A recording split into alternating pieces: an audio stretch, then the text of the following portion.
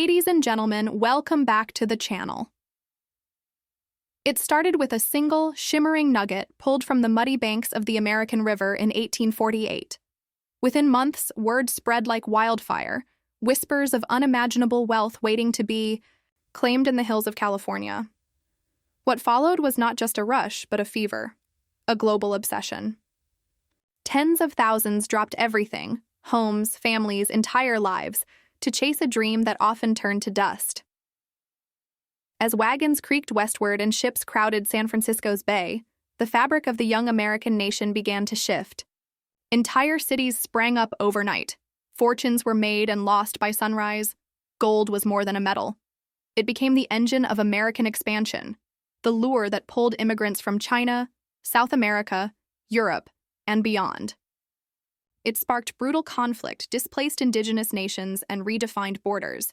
And as gold flowed out of California's rivers, so too did a new economic power surge into the veins of the United States, forever altering its future.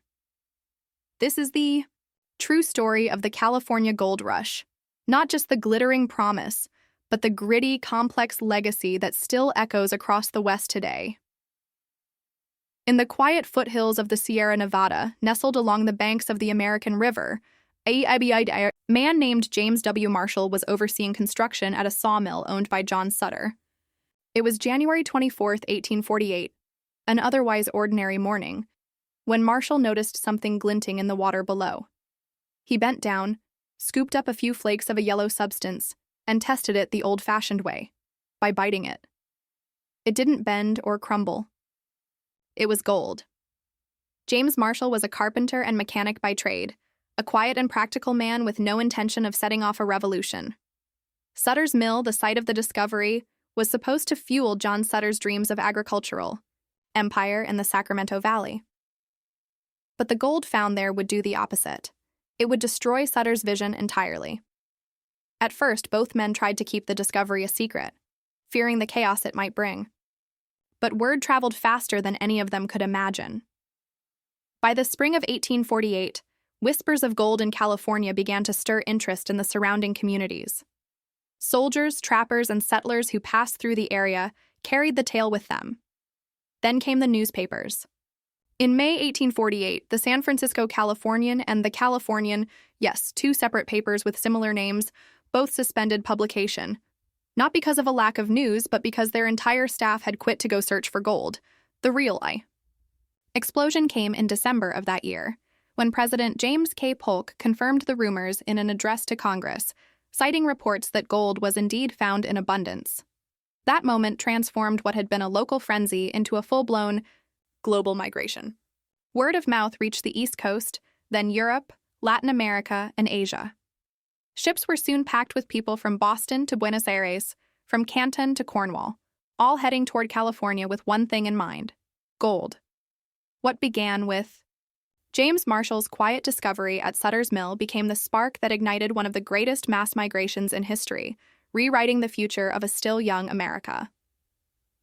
By 1849, the trickle of gold seekers had become a flood. Over 300,000 people from nearly every continent poured into California, drawn by a dream so powerful it overcame oceans, deserts, and mountains. These were the 49ers, named for the year when the rush reached its frenzied peak. They came by wagon over land from the eastern United States, or sailed thousands of miles around Cape Horn, or braved disease and treacherous jungle crossings through Panama to reach the Pacific coast. It was one of the largest voluntary migrations in world history, and it would change the fabric of America forever. The people who came were as diverse as their reasons for coming. Young men from New England, farmers from the Midwest, and former soldiers from the Mexican-American War arrived hoping to reinvent themselves. Latin American miners brought with them techniques and expertise that gave them an early edge. From Europe came Germans, Irish, and French fortune seekers escaping revolutions, famines, or simply chasing a better life. Chinese immigrants, many fleeing the devastation of the Taiping Rebellion, crossed the Pacific in growing numbers, dreaming of Gamsan, the fabled gold mountain. But California was not the land of easy riches most had envisioned. Life in the mining camps was brutal. At best, it was rough and lawless. At worst, it was deadly. Makeshift towns sprang up along rivers and creeks, often little more than tents and wooden shacks. Sanitation was poor. Disease spread quickly. Food and supplies were expensive, with prices often gouged beyond reason. There was no official law. Enforcement early on, so disputes were settled by mob justice or the barrel of a gun. And the work itself? Backbreaking. From sunup to sundown, men stood in icy water, rocking cradles or panning for flakes that often amounted to less than $1's worth of gold. Some struck it rich, yes, but they were the exceptions, not the rule. Most found only disappointment. Their dreams eroded like the muddy banks of the rivers they scoured. Others, however, stayed on, not as miners, but as merchants, blacksmiths, hoteliers, or gamblers. Ironically, it was often those who sold the tools and services of gold hunting rather than the gold itself who truly profited. Still, the promise of fortune endured, keeping the flow of humanity moving westward. The gold rush wasn't just about gold, it was about hope, reinvention, and the willingness to risk everything for a shot at something better. It was the American dream, boiled down to its rawest, most feverish form, and it reshaped not only the landscape of California, but the soul of a nation. The discovery of gold in California didn't just set off a local frenzy, it sent shockwaves across the globe. The economic impact was immediate and far-reaching. Within just a few years, the influx of California gold into global markets helped stabilize international currencies, bolster U.S. financial institutions, and fund the rapid industrial growth that would transform America in the mid-19th century. At a time when the U.S. economy was still relatively young and unstable, the sudden injection of wealth from the gold fields provided the capital necessary to build factories, expand railroads, and launch banks that would power the nation's next era of growth. Domestically, the gold rush acted as a financial accelerator. As prospectors mined more than $2 billion worth of gold over the course of the rush, the wealth didn't just sit in vaults, it was reinvested. Much of it flowed back east to cities like New York, Boston, and Philadelphia, funding banks, factories, and shipping lines. But California itself, particularly San Francisco, became a new center of commerce. Before the gold rush, San Francisco was little more than a sleepy coastal town. Within a few years, it exploded into a bustling metropolis, fueled by trade, finance, and the constant arrival of ships bringing hopeful miners and supplies. The boom wasn't limited to the cities. The gold rush also laid the groundwork for massive infrastructure development. Roads had to be built to reach the gold fields. Ports needed to handle the surge in maritime traffic. Communication systems like the Pony Express and telegraph lines stretched westward to keep pace with the growing demand for information and coordination. These networks would later become critical in the construction of the Transcontinental Railroad, one of the most transformative infrastructure projects in U.S. history. The railroad in particular can trace its urgency and funding roots to the gold rush. A direct link between the East and the booming markets and mining towns of the West was no longer a dream, but an economic necessity. When the final spike of the Transcontinental Railroad was driven in 1869, it symbolized not just a new era of travel and trade, but the culmination of the gold rush's ripple effect on American development. Meanwhile, global migration patterns shifted as news of California's riches spread. Ships departed from ports in South America, China, Australia, and Europe, bringing not just miners but also ideas, labor systems, and commercial ambitions. The gold rush marked one of the first truly global economic booms centered in the United States, and its impact would continue long after the gold panned out. It reshaped America into a westward-facing economic power and turned California into a symbol of opportunity and reinvention on the world stage. While the gold rush is often remembered as a time of opportunity and adventure, its darker legacy is written in the lands it scarred and the lives it destroyed.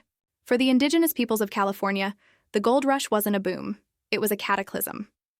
Before gold was discovered at Sutter's Mill in 1848, California was home to over 300,000 native people from more than 100 distinct tribes, each with their own languages, cultures, and territories. They had lived in the region for thousands of years, managing the land with deep ecological knowledge and spiritual connection. But within just a few short decades, that population would be reduced by more than 80%. The flood of settlers, over 300,000 people in less than a decade, was relentless. Driven by gold fever and a belief in manifest destiny, prospectors saw the land as theirs for the taking, and anyone who stood in their way was seen as an obstacle to progress. Native communities were pushed off their ancestral lands, rivers were poisoned with mercury and sediment from mining runoff, and forests were cleared without thought for the ecosystems they sustained. But displacement was only part of the story. What followed was a campaign of state-sanctioned violence so brutal that historians now refer to it as genocide. Armed militias, often funded by state and federal governments, hunted Native people with impunity. Entire villages were massacred. Women and children were not spared. The state of California paid bounties for Native scalps and allowed settlers to enslave Native children under the guise of apprenticeship. By the 1870s, the once thriving indigenous populations of California had been shattered. Tribes were scattered, their lands seized, their cultures criminalized. Survivors were forced onto tiny, fragmented reservations, if they were recognized at all. And yet, even in the face of attempted extermination, Native Californians endured.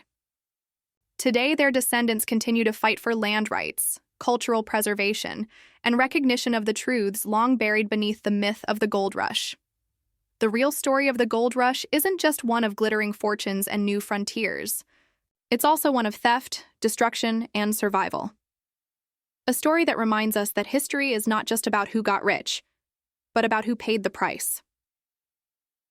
As waves of miners and settlers poured into California, indigenous communities faced a tidal wave of violence unlike anything they had experienced before. These weren't just isolated incidents of conflict. They were part of an orchestrated, state-supported effort to remove Native people from lands newly deemed valuable by gold discoveries.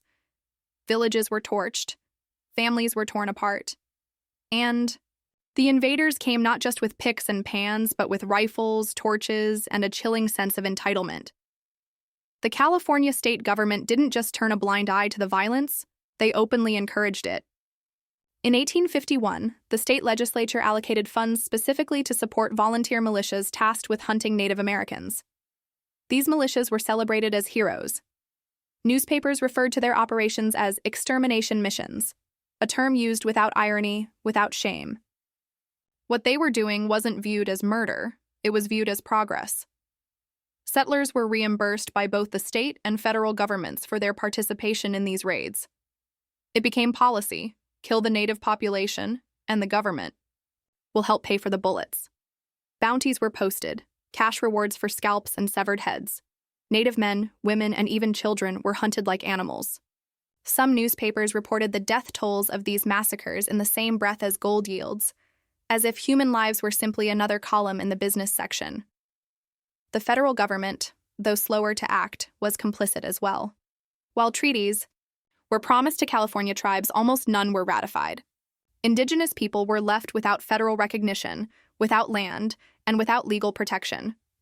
What took place during the California Gold Rush was not accidental. It was not the unfortunate side effect of a chaotic time. It was a systematic campaign of genocide, planned, funded, and carried out in the name of expansion and profit. And yet, for generations, this chapter of history was buried beneath the glitter of gold and the thrill of frontier adventure. Today, that legacy still lingers. Many California tribes remain unrecognized, still fighting for the land and status stolen from them during this era. The trauma of those massacres echoes through generations, through oral histories, and through sacred sites now paved over or forgotten. Understanding this truth forces us to confront a painful reality, that the American dream, for some, was built on a nightmare. And while it's easier to remember the stories of fortune and fame, we owe it to history, and to those who survived, to remember the cost. Beyond the human toll, the environment itself paid a steep price. The methods used to extract gold, especially as the easily accessible nuggets were exhausted, became increasingly destructive. One of the most infamous techniques was hydraulic mining, which involved blasting entire hillsides with high-pressure water cannons to dislodge gold-bearing earth. This process not only obliterated landscapes, but sent millions of tons of sediment into rivers and valleys, choking waterways, destroying salmon habitats, and causing flooding in towns downstream. Forests were clear-cut to fuel the growing demand. for timber and mining operations and settlements. Mercury, used to separate gold from rock, leached into the water systems, a toxic legacy that still contaminates some areas of California today. Wildlife disappeared from entire regions, and fertile valleys were transformed into barren pits of chemical waste and debris. What's often left out of the romanticized tales of gold is that the wealth came at an enormous cost, a cost measured not only in lost lives, but in ecosystems shattered and cultures erased. The rivers that once sustained entire communities were poisoned with mercury and choked with debris from hydraulic mining. Forests were clear-cut to make way for booming camps and hastily constructed towns. Wildlife was driven out, and the delicate balance that indigenous peoples had maintained with the land for generations was violently upended. While the popular image of the gold rush conjures dreams of sudden fortune, the reality for most miners was harsh. Very few struck it rich. Many ended up broke, sick, or disillusioned. But for the native peoples of California, there was no disillusionment, only devastation. Entire villages vanished. Languages were silenced. Sacred lands were desecrated. Children were taken, families destroyed, and the fabric of tribal life torn apart. The cost wasn't just material, it was spiritual, cultural, and generational. And yet these losses are rarely acknowledged in textbooks or tourism brochures. The indigenous peoples of California didn't just lose land, they lost the right to exist freely on their own soil. Their story is often a footnote in the larger saga of the gold rush, but it's not a side story. It is the core of understanding what really happened. This history, though frequently pushed to the margins, is essential. It forces us to reconsider what progress really means, and who is asked to sacrifice for it. To truly grasp the legacy of California's golden promise, we have to see beyond the glitter. We have to listen to the voices that were silenced and recognize the truth buried beneath the myth. Because until we do, we're only telling half the story. The gold rush didn't just transform California's economy and population, it reshaped the political landscape of the United States in profound ways. Just 2 years after the first nugget was found at Sutter's Mill, California bypassed the usual territorial phase and became the 31st state in 1850. That kind of speed was unheard of at the time. Normally, a territory needed years to build population and infrastructure before qualifying for statehood. But with hundreds of thousands of people pouring in and gold flooding the economy, California became too important to delay. Its admission to the Union, however, wasn't just about logistics. It was deeply political. California entered as a free state, and that decision poured gasoline on the already smoldering fire between the North and the South over the issue of slavery. Southern leaders feared the balance of power in Congress tipping further toward abolitionist states. California's gold added economic clout to the North, while its status as a free state challenged the expansion of slavery into Western territories, something Southern politicians were determined to protect. The Compromise of 1850 was a desperate balancing act, a last-ditch effort by Congress to hold the fractured Union together as tensions over slavery threatened to tear it apart. California's sudden rise in population, thanks to the gold rush, made its statehood a pressing issue, and its admission as a free state tipped the delicate balance between free and slave states in the Senate. To placate the South, the Compromise bundled together several concessions, but none would prove more explosive than the Fugitive Slave Act. This law didn't just reinforce the practice of capturing escaped enslaved people, it expanded it with terrifying reach. Under the Fugitive Slave Act, federal marshals were empowered to pursue alleged fugitives even into free states. Worse, it compelled ordinary citizens, many of whom had never seen a plantation or considered slavery up close, to participate in its enforcement. Refusing to help apprehend someone suspected of escaping slavery became a crime. Providing food, shelter, or legal assistance could land you in jail or saddle you with steep fines. To abolitionists, this was more than an outrage. It was an attack on conscience. It turned free states into hunting grounds for slave catchers, and placed Black Americans, whether born free or formerly enslaved, under constant threat. There were documented cases of free Black citizens being kidnapped and dragged into slavery simply because they were vulnerable and had no legal recourse. Court hearings were held without juries, and commissioners were paid more if they ruled in favor of returning someone to slavery. It was a rigged system, built to favor slaveholders and suppress any resistance.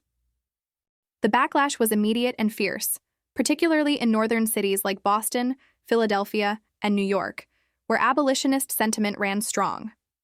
Vigilance committees were formed to warn Black residents of impending raids. Underground. Railroad networks intensified their efforts, guiding escapees even further north, into Canada. Resistance turned violent in some cases, with mobs clashing with federal agents and freeing captured fugitives by force. Rather than calming tensions, the Fugitive Slave Act ignited them. It forced the North to confront the brutal realities of slavery in ways many had previously been able to ignore. The moral and political lines became sharper, more urgent, and far less negotiable. What was meant to preserve the Union instead deepened the divide, pushing the country ever closer to civil war. The Compromise of 1850 bought time, but at a terrible price. It exposed just how irreconcilable the differences between North and South had become, and how even the most well-intentioned middle ground could fuel greater injustice. So, while gold glittered in California's rivers, it was also a symbol of deepening division in the United States. The rush for wealth and expansion accelerated debates over who would control the future of the nation, slaveholders or abolitionists. In that sense, California's rapid statehood and the politics of gold were not just about the West. They were a spark that helped ignite the national crisis leading to the Civil War. Gold may have built cities and fortunes, but it also fanned the flames of a conflict that would tear the country apart just a decade later. The gold rush didn't just reshape the landscape of California, it embedded itself deep into the DNA of American identity. The notion of rugged individualism, the belief that anyone could strike it rich through grit, determination, and luck, took hold during this era and never really let go. People from all walks of life chased a dream, often an illusion, that wealth was within reach if they just dug deep enough. This pursuit of opportunity, no matter the odds, became a foundational myth that still influences American culture and economics today. In many ways, modern California was born out of the gold rush. The rapid population growth and economic activity set the stage for California to become not only a state far earlier than expected, but also one of the most dynamic economies in the country. The boomtowns that popped up, especially San Francisco, grew into major cities. The need to move goods and people across the continent faster led to the development of banking systems, stagecoach lines, and eventually the transcontinental railroad. These weren't just local improvements. They helped integrate the West into the rest of the U.S., and laid the infrastructure for future innovation and growth. Diversity, too, is a gold rush legacy. People came from China, Latin America, Europe, and Australia, creating a wildly multicultural, often volatile melting pot. Despite discrimination and harsh conditions, their influence helped shape California's unique social and cultural landscape, one that continues to thrive on diversity and immigration. Culturally, the gold rush left a massive footprint. Tales of prospectors, boomtowns, and lawless frontiers became the backbone of Wild West mythology. It's a period immortalized in books, films, and even cartoons. Characters like the grizzled gold miner or the optimistic fortune seeker remain American archetypes. The gold rush turned real, often painful experiences into enduring legends, stories that blur the line between hardship and heroism, desperation and determination. Ultimately, the gold rush was more than a scramble for metal. It was a seismic moment that reshaped the American identity. It drew people from every corner of the world, converging on California with dreams of fortune, freedom, and reinvention. In doing so, it forged a culture defined by ambition, risk-taking, and relentless forward motion. The rugged individualism, the entrepreneurial spirit, the belief in endless possibility. These are all traits that took deep root during the gold rush and have echoed through every chapter of American history since. But this spirit came with a shadow. In the rush to build a new world, many old ones were destroyed. The thirst for progress often ignored who or what was trampled in its path. Indigenous nations were displaced and decimated. Immigrants, while drawn by the same promise, were exploited, marginalized, and excluded from the very dream they helped build. Environmental devastation laid waste to pristine lands. and those who didn't strike gold often found poverty, disillusionment, or worse. This dual legacy of boundless potential and deep inequality still defines California and, in many ways, the nation as a whole. You can see it in the modern boomtowns of Silicon Valley, where innovation and wealth flourish, but housing crises and income gaps persist. You can see it in the way America wrestles with immigration, with who gets to chase the dream and who is denied access. And you can feel it in the enduring national debate about equity, opportunity, and who reaps the rewards of prosperity. The gold rush never really ended. Its spirit, the belief that one strike could change everything, still pulses through American culture. But if we want to truly understand what it means, we have to look at both sides of the story, the promise and the price. Because the real gold isn't just in what was pulled from the earth, but in what we choose to remember, learn from, and carry forward. As we reflect on the California gold rush, it's incredible to think how one single event transformed the map of America. It opened up the West, reshaping cities and economies, setting in motion the growth of industries and infrastructure that still affect us today. The economy boomed in ways few could have predicted, while California itself became a symbol of both opportunity and hardship, a state defined by its extremes. But the impact wasn't just economic. It touched the very cultural DNA of the nation.